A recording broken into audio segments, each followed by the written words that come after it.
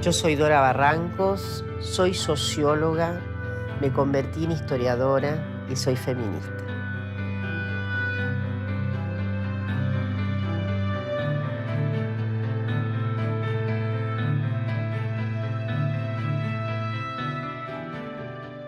Yo tenía la impresión de que me correspondía ser abogada, leguleya, pleitera, esto de encarar discusiones y querer ganar siempre. Significó que, bueno, después que hice la escuela secundaria, estaba ya determinada que mi destino sería abogacía.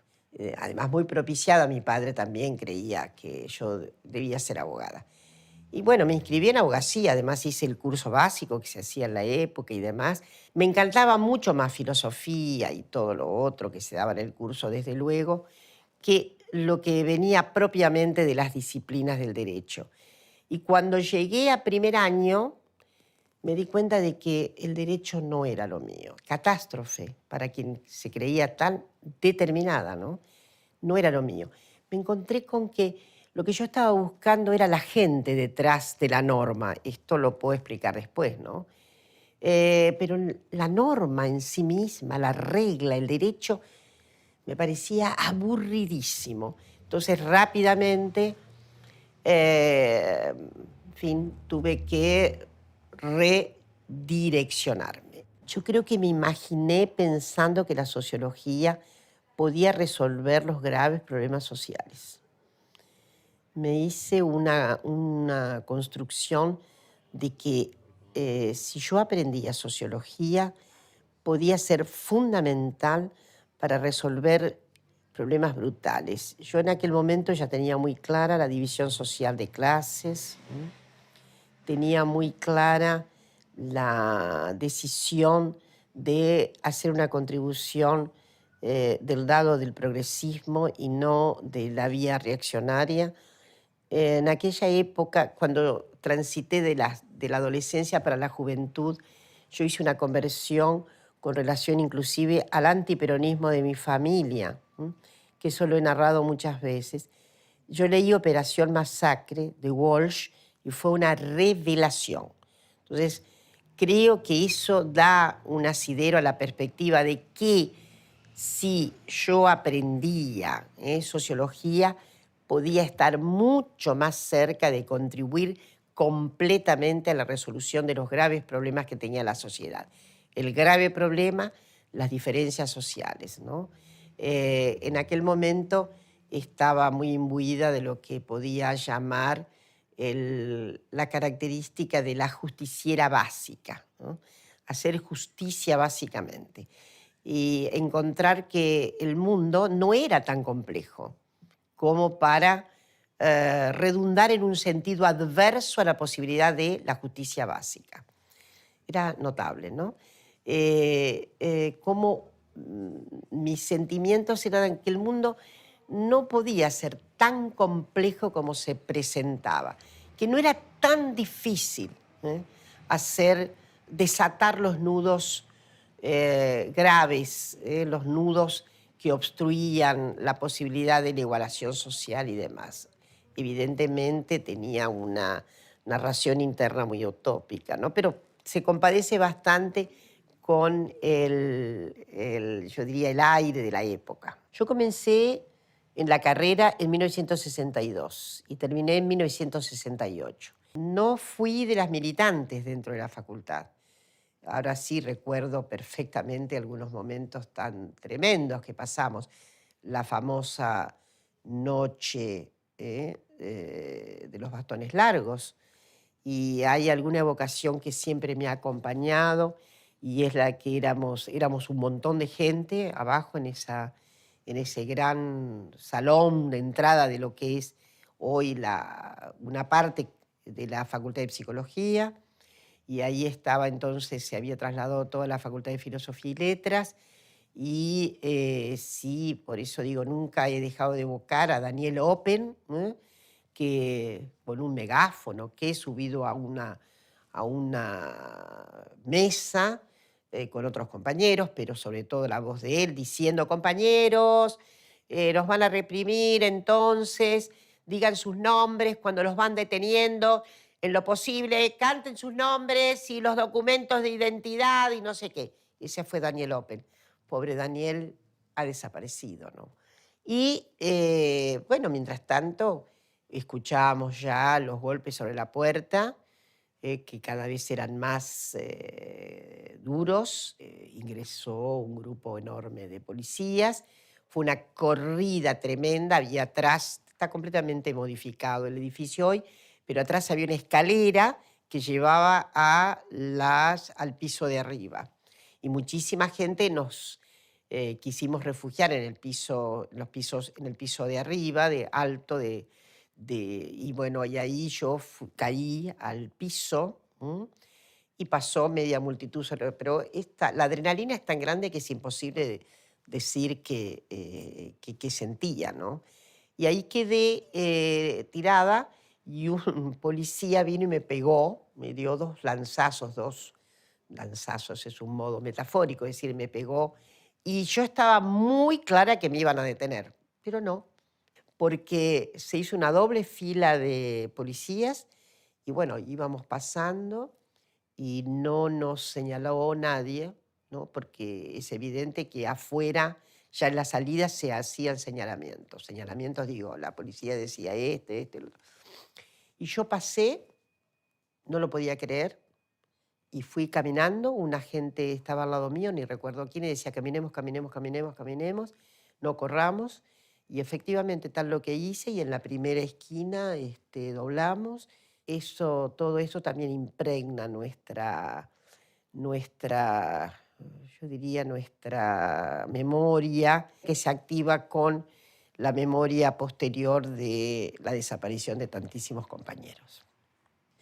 A veces yo le reprocho a mi formación no haberme puesto en contacto con algunas epistemologías muy diferentes. Había, obviamente, unos registros estructural funcionalistas que eran muy decisivos en la época, pero mi interés a veces estaba en lo que podría ser, ¿cómo llamarlo?, los aledaños, ¿no?, de la sociología. Yo creo que fui una generación de las que se formó notablemente en sociología, por la erudición que marcaba la época, por la correlación que teníamos con las humanidades, por el hecho de que teníamos una gran solvencia en materia histórica, por ejemplo, ¿no? Nosotras éramos jóvenes muy impetuosas, muy belicosas y muy insubordinadas, pero la mayoría de nosotras no se compadecía con el feminismo. Ni había un contexto propicio para que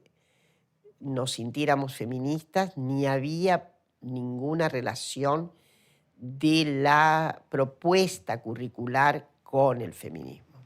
No recuerdo autoras, salvo en psicología, desde luego. En psicología sí había, Melanie Klein, por ejemplo, había autoras mujeres, pero no en sociología.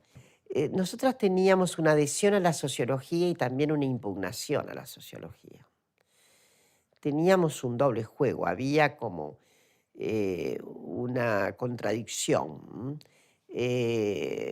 Nos producía la sociología, pero nosotros o nosotras tendíamos a contestarla a la sociología.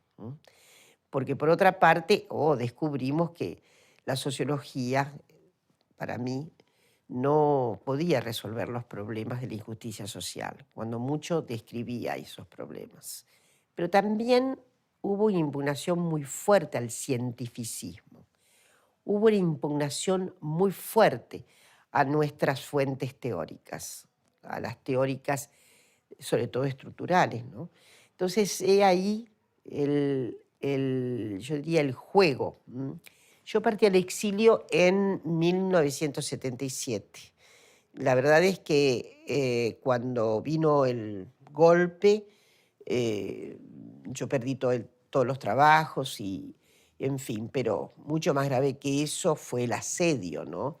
La situación de enorme endeblez en la que estábamos.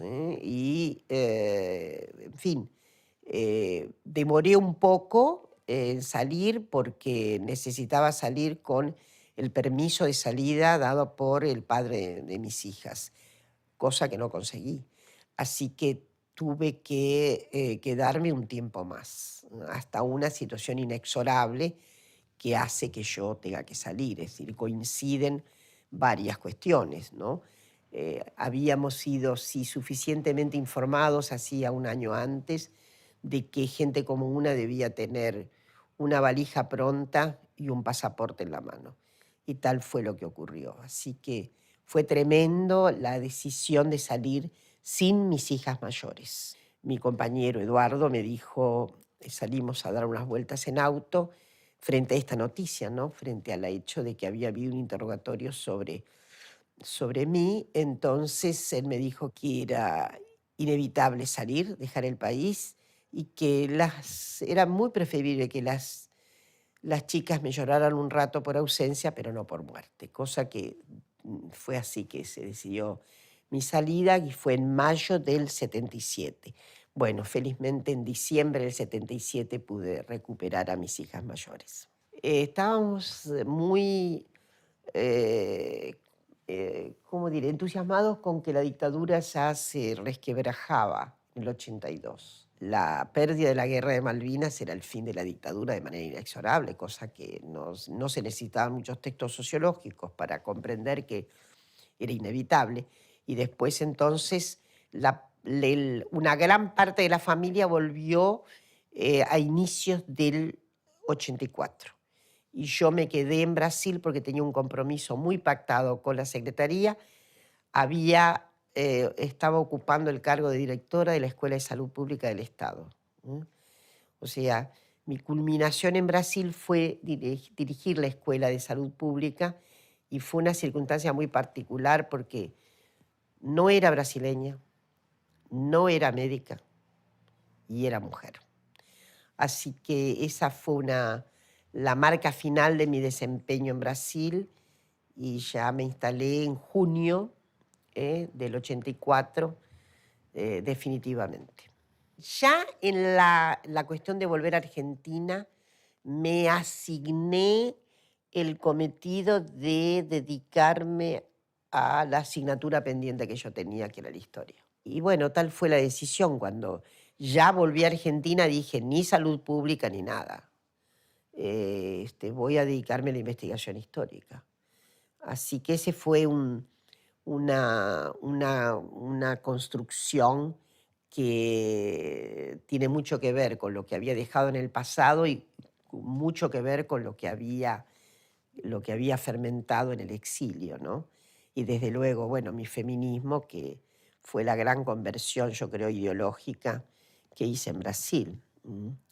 Y bueno, mi dedicación primero a historiar educación y cultura anarquista, ¿no? Ahí juntaba elementos que habían sido muy impregnadores de la vocación sociológica en educación y volvía también sobre la historia. Y ahí no paramos. ¿Cuáles fueron mis primeros temas de investigación?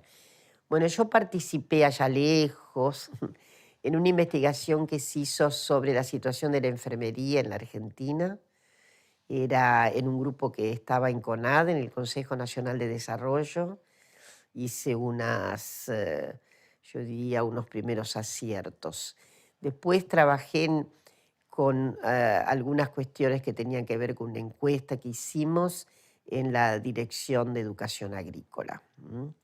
Después, ya en Brasil, bueno, mis trabajos eran muy aplicados, tenían que ver con investigaciones que eran muy aplicadas para la cuestión de salud pública, porque yo trabajé mucho tiempo, antes de estar en la escuela, en lo que era planificación de salud. Ahí había que alimentar eso con algunas investigaciones que, bueno, no tenían probablemente el porte, todo el soporte de yo diría, de una gran imaginación sociológica, porque en fin, se aplicaban a determinadas circunstancias.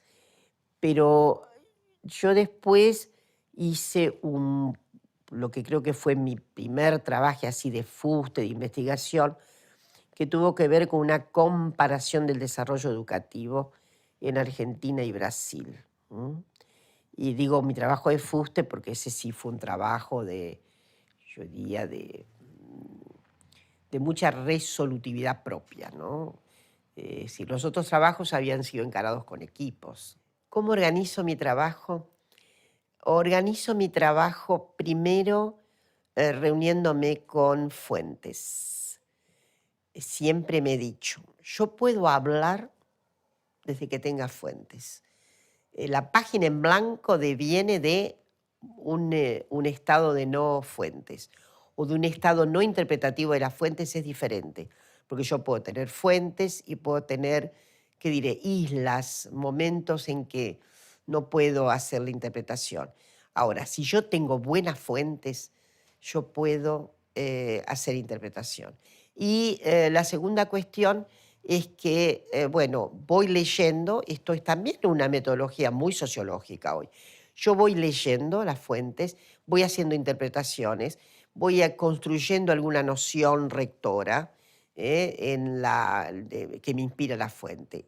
Yo trabajé con muchísima fuente periódica, mucho tiempo, con las fichitas. Tengo fichas y fichas y fichas. La metodología parte de algo muy elemental, la pasión. Sin pasión no hay ninguna articulación interesante, no hay ninguna pregunta interesante. La pasión es un movimiento telúrico. Luego hay que saber que hay reglas, pero sin pasión no hay movimiento.